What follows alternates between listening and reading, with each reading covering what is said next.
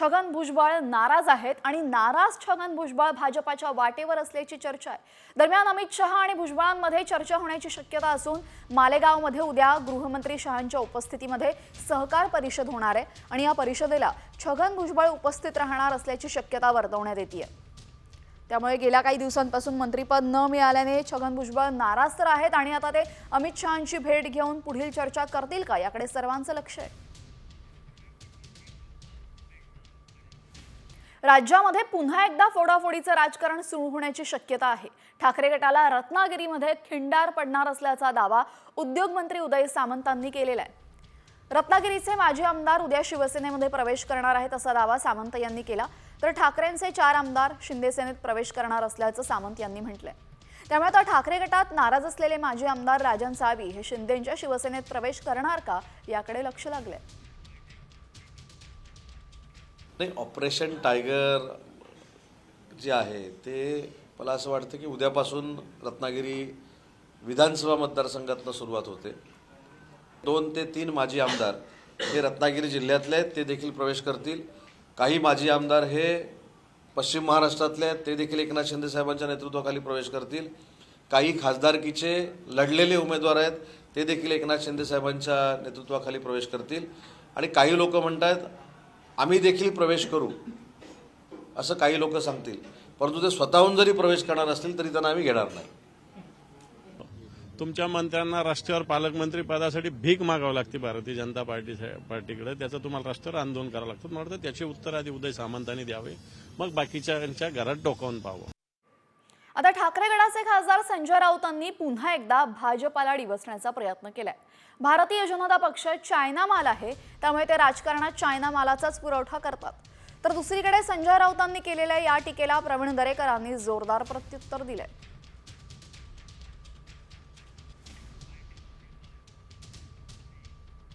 जिथे मातोश्री आहे तिथे शिवसेना आहे। आता दिवाळीमध्ये चिनी फटाके येतात, वाद पेटली का नुसती फुसकेरे सुटतात, वाजत नाही। भारतीय जनता पक्ष हा चिनी माल आहे, त्याच्यामुळे ते चिनी मालाचा पुरवठा राजकारणामध्ये करत आलेले असतात। पण हिंदू हृदय सम्राटांची जी शिवसेना आहे ती अस्सल शिवसेना ही मातोश्रीत आहे, मातोश्रीतून त्याचं निर्णय होतात। बाकी कोणाला काय करायचं ही तात्पुरती अवस्था आहे। नाही, आता चायनीज ते आहेत की तुम्ही आहेत हे मतदारांनी दाखवून दिलेलं आहे ना। बाळासाहेबांचा असली हिंदुत्वाचा विचार त्या ठिकाणी शिंदे साहेबांनी स्वीकारला आहे, म्हणून त्यांना त्या ठिकाणी 55 आमदार निवडून आले आणि तुमचे आमदार 20 निवडून आले। मग आता चायनीज माल कोण? तुमचे विचार चायनीज झालेले आहेत। यानंतर आता बातमी आहे काँग्रेसच्या गोटातून। विधानसभा निवडणूक निकालानंतर आता महाराष्ट्र काँग्रेसमध्ये बदल होणार अशी चर्चा सुरू आहे। दरम्यान प्रदेशाध्यक्ष पदासाठी राज्यातून 2 नावांमध्ये जोरदार रस्सीखेच सुरू आहे। सतेज पाटील आणि अमित देशमुख या 2 नावांवर काँग्रेस हायकमांडकडून विचार सुरू आहे। दरम्यान सोमवारी काँग्रेस प्रदेशाध्यक्ष पदाची घोषणा होण्याची शक्यता आहे। त्यामुळे आता कोण होणार काँग्रेसचा प्रदेशाध्यक्ष याकडे सर्वांचं लक्ष आहे। गृहमंत्री अमित शहा यांचा उद्या नाशिक दौरा असणार आहे आणि एकनाथ शिंदे शहांसोबत नाशिक दौऱ्यामध्ये सोबत असतील। नाशिक रायगड पालकमंत्री पदाचा तिढा या निमित्ताने सुटणार का हे पाहणं महत्त्वाचं ठरेल। अमित शहांसोबत पालकमंत्री पदाबाबत चर्चा होणार असल्याची माहिती सध्या समोर आलेली आहे। एकनाथ शिंदे स्वतः अमित शहांसोबत हा दौरा करणार आहेत। राज्यातल्या राजकारणातील सगळ्यात मोठी बातमी समोर येते ती म्हणजे अजित पवार आणि शरद पवारांमध्ये बंद दाराआड चर्चा झालेली आहे। अजित पवारांनी का गाठलं पवारांचं ऑफिस, नेमकी काय चर्चा झाली, पाहूया त्यावरचा हा स्पेशल रिपोर्ट। अजित दादा आणि शरद पवारांमध्ये चर्चा।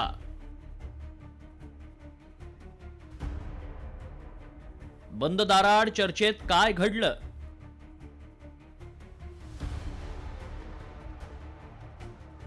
मंचावर अंतर, बंद खोलीत चर्चा। राष्ट्रवादी काँग्रेसमध्ये फूट पडल्यानंतर पवार कुटुंबातही फूट पडल्याची चर्चा होती। मात्र वेळोवेळी हे कुटुंब एकत्र येताना दिसलंय, मग कधी सार्वजनिक कार्यक्रम असो की मग कौटुंबिक कार्यक्रम। ज्यावेळी शरद पवार आणि अजित पवार एकत्र आले त्यावेळी राजकीय चर्चांना उधाण आलं। आता परत एकदा वसंतदादा शुगर इन्स्टिट्यूटच्या सर्वसाधारण सभेला या दोघांनी हजेरी लावली। दोघेही एकाच मंचावर दिसले. एवढंच काय तर राष्ट्रवादीचे अनेक नेते बऱ्याच दिवसांनंतर एकत्र पाहायला मिळाले. सभेनंतर शरद पवार आणि अजित पवारांनी बंद दाराआड चर्चा केल्यानं सर्वांच्याच भुवया उंचावल्या. त्यामुळे काका पुतण्या पुन्हा एकत्र येणार का असा सवाल उपस्थित झाला. याबाबत अजित पवारांनी काय भाष्य केलंय पाहूया. साहेबांची तुमची काय चर्चा झाली? ह्या व्यवसायाच्या करता ज्या कुठले प्रश्न आहेत ज्याचा सुतोवाच मी केला त्याबद्दलची चर्चा झाली. त्याच्यात सहकार खातं होतं, त्याच्यात एक्साईज होतं, त्याच्यामध्ये कृषी होतं आणि त्याच्यामध्ये ऊर्जा होतं.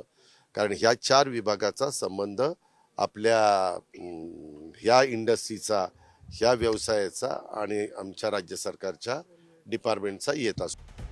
पुण्यात वसंतदादा शुगर इन्स्टिट्यूटची सर्वसाधारण सभा होती. यावेळी शरद पवारांच्या बाजूला दिलीप वळसे पाटील आणि अजित पवारांच्या बाजूला चक्क जयंत पाटील बसले होते.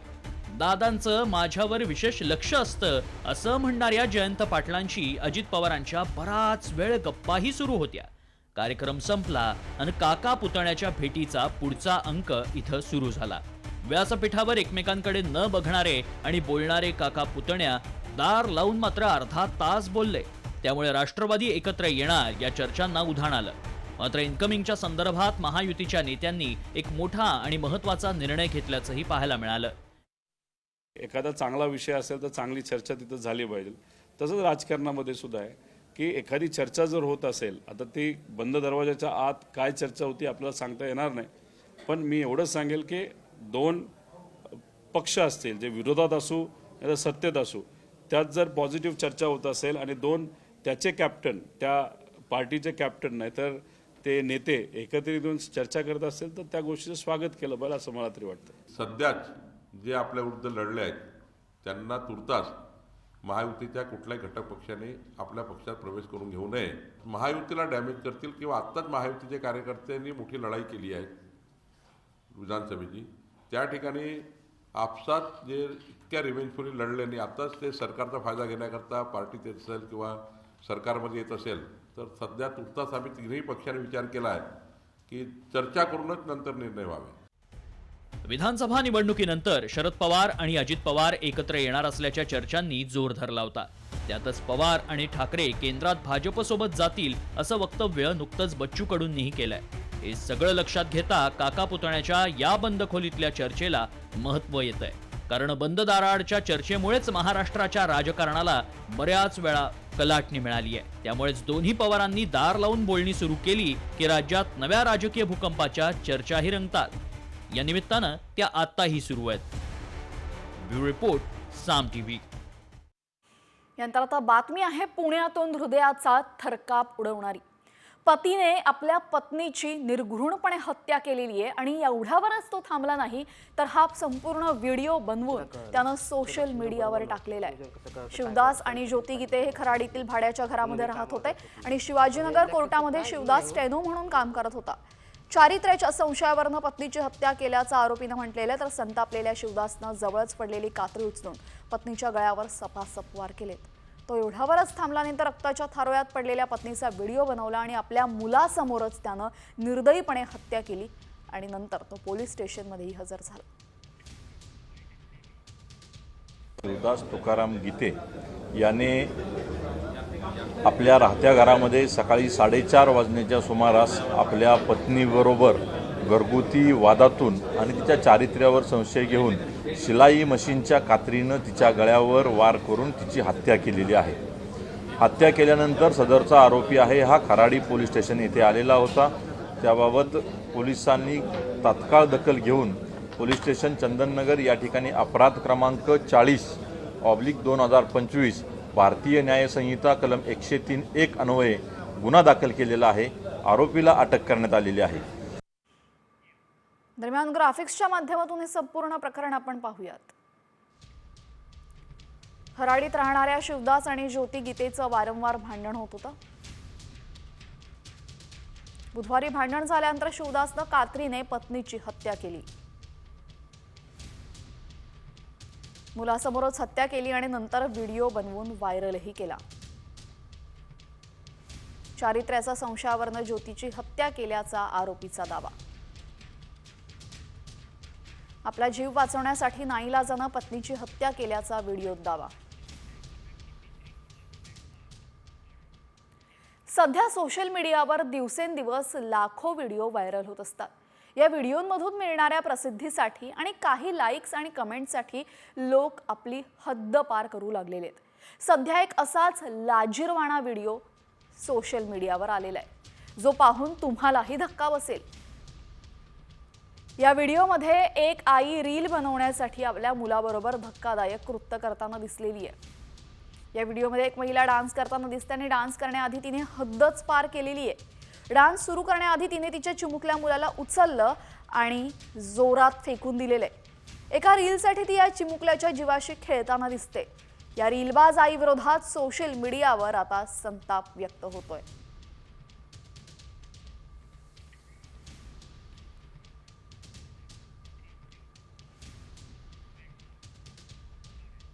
यानंतर आता बातमी आहे अभिनेता सैफ अली खान संदर्भात. अभिनेता सैफ अली खानवरील हल्ला प्रकरणी अटकेतील शरीफुल इस्लाम हा बांगलादेशी असल्याचा पुरावा आता साम टीव्हीच्या हाती लागलाय. शरीफुलचं बांगलादेशी ओळखपत्र आणि ड्रायव्हिंग लायसन्स आता सामच्या हाती लागलंय आणि याच ओळखपत्रावरून शरीफुल बांगलादेशी असल्याची ओळख पटलेली आहे. त्याच्या मोबाईलमध्ये या ओळखपत्राची प्रत सापडली. शरीफुलचं लायसन्स आता सामच्या हाती लागलेला आहे. अटकेत असलेला हा आरोपी त्याच्या फोनमध्ये या लायसन्सची प्रत सापडली आहे.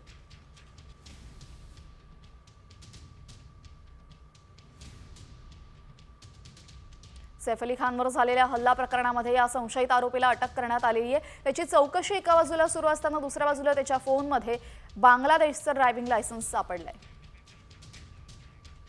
तर आता सैफ अली खानवरच्या हल्ला प्रकरणामध्ये मोठा ट्विस्ट आलाय. सैफवर चाकू हल्ला केल्याप्रकरणी बांगलादेशचा घुसखोर मोहम्मद शरीफुल्लाला बेड्या ठोकण्यात आल्या.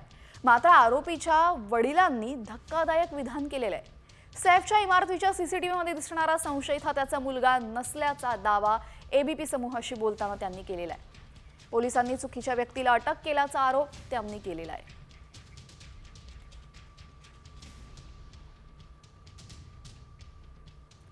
तर अटक केलेल्या आरोपीच्या वडिलांचा धक्कादायक दावा. सीसीटीव्हीमध्ये दिसणारा संशयित हा माझा मुलगा नाही. ज्याला अटक केली आहे तो माझा मुलगा आहे. सीसीटीव्ही फुटेजमध्ये दिसणारा संशयित माझ्या मुलापेक्षा वेगळा आहे असं ते म्हणतायत. आणि शहजादने केस कापले तरीही मी त्याला ओळखेन असंही ते म्हणतायत.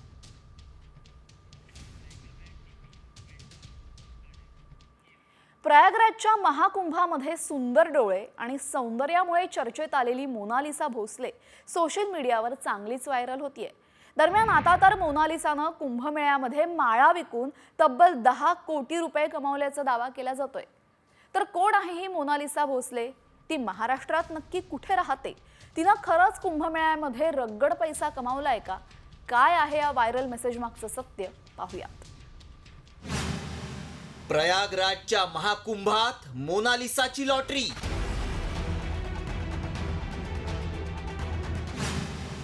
दहा दिवसात 10 कोटींची कमाई.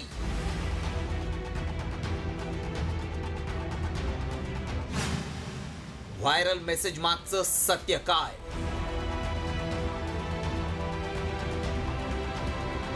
प्रयागराजच्या महाकुंभात सुंदर डोळे आणि सौंदर्यामुळे चर्चेत आलेली मोनालिसा भोसले सोशल मीडियात चांगलीच व्हायरल होतीये. आता तर मोनालिसानं कुंभमेळ्यात माळा विकून कोट्यवधी रुपये कमावल्याचा दावा केला जातोय. कोण आहे ही मोनालिसा भोसले? ती महाराष्ट्रातली आहे का? तिनं खरंच कुंभमेळ्यात रगड पैसा कमावलाय का? असा सवाल आता विचारला जातोय. त्यापूर्वी व्हायरल मेसेजमध्ये नेमका काय दावा करण्यात आलाय पाहूयात. कुंभमेळ्यात सुंदर डोळ्यांची मोनालिसा भोसले सर्वांचंच लक्ष वेधून घेतीये. तिनं माळा विकून 10 दिवसात 10 कोटी रुपयांची कमाई केली आहे. या मेसेजमुळे मोनालिसा सोशल मीडियात पुन्हा एकदा चर्चेत आली आहे. यंदाच्या कुंभमेळ्यात साध्वी हर्षानंतर प्रत्येकाच्या तोंडात नाव आहे ते मोनालिसाचं. आपल्या सुंदर डोळ्यांमुळे मोनालिसा आकर्षणाचा केंद्रबिंदू ठरली आहे. यूट्यूबर्स पासून ते सेल्फी घेणाऱ्यांपर्यंत सगळेच जण मोनालिसाच्या सौंदर्याचं कौतुक करतायत. मात्र तिनं खरंच 10 दिवसात 10 कोटी रुपयांची कमाई केली आहे का? यावरून सोशल मीडियात चर्चाही रंगू लागली आहे. त्यामुळे आम्ही या मेसेजची पडताळणी केली. आम्ही इंटरनेटवर मोनालिसाचे व्हिडिओ पडताळून पाहिले. तेव्हा तिनं दिलेली एक मुलाखत समोर आली.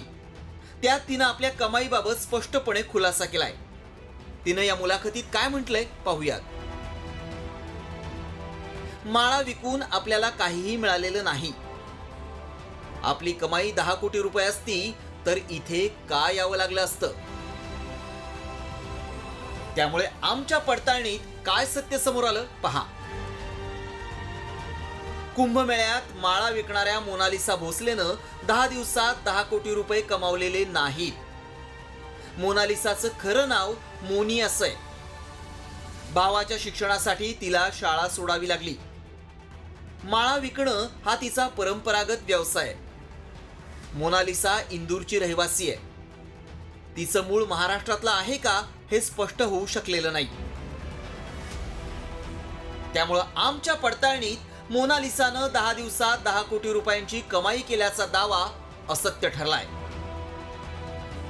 इतक्या कमी वेळात कुणीही इतके पैसे कमावू शकत नाही. केवळ तिच्या लोकप्रियतेचा फायदा घेऊन काही जण दिशाभूल करण्यासाठी असं मेसेज व्हायरल करतायत. तुम्ही अशा मेसेजवर विश्वास ठेवू नका. ब्युरो रिपोर्ट, साम टीव्ही न्यूज.